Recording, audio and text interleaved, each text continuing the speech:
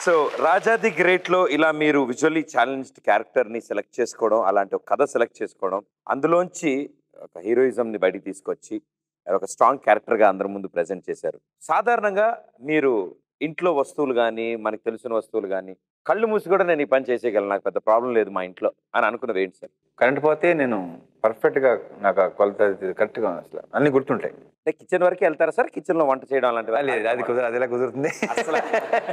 వచ్చా? ఎప్పుడో చిన్న చిన్న ఐటెమ్స్ తప్ప పెద్ద వచ్చని తెలిసి చేపిస్తారే అని చెప్పి నేర్చుకోలేదా? సరదాగా కొంచెం చేసేవాడిని నేను. ఆ! చిన్నప్పుడు కొంచెం మా మదర్‌కి బిజీగా ఉంటే నా చపాతీలు నేను చేసుకునేవాడిని. ఆ! అప్పుడు సరదాగా బయట సమోసాలు అవి చూసి చూసి ట్రై చేయటం. అది ఒకసారి బాగా వచ్చేయటం. దాని బాధితులు ఎవరు సార్? ఇంజినీర్ ఎవరు? నిజంగా బాగా వచ్చింది. అవునా? ఆ?